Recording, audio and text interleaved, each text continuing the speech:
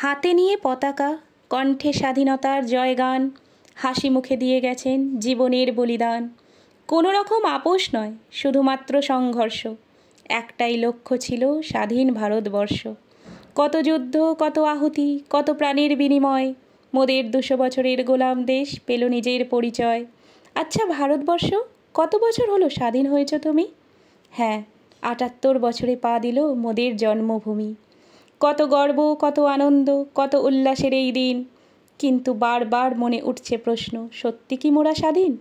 তাই যদি হয় তাহলে চারিদিকে কেন এত অন্ধকার? কি করে এভাবে খুন হলো এক অন ডিউটি ডাক্তার? কেন এক মায়ের কোল এভাবে হলো ফাঁকা? এত নৃশংসতা, এত হিংস্রতা যায় কি চোখে দেখা? তাছাড়া এ তো একবার নয়, বারংবার হয়ে আসছে। কিছু বছর আগে সেই নির্ভয়া কাণ্ড নিশ্চয়ই সবার মনে আছে। একই রকম বিক্ষোভ তখনও হয়েছিল দেশ জুড়ে। আজও সেই একই আগুন জ্বলছে ঘরে ঘরে। কেন এই একই অপরাধ, একই অত্যাচার?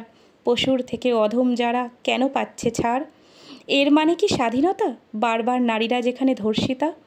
এই কি তবে শত শত নিঃস্বার্থ বলিদানের ফল? স্বাধীন ভারতে বেড়েই চলেছে দুঃশাসনের দল।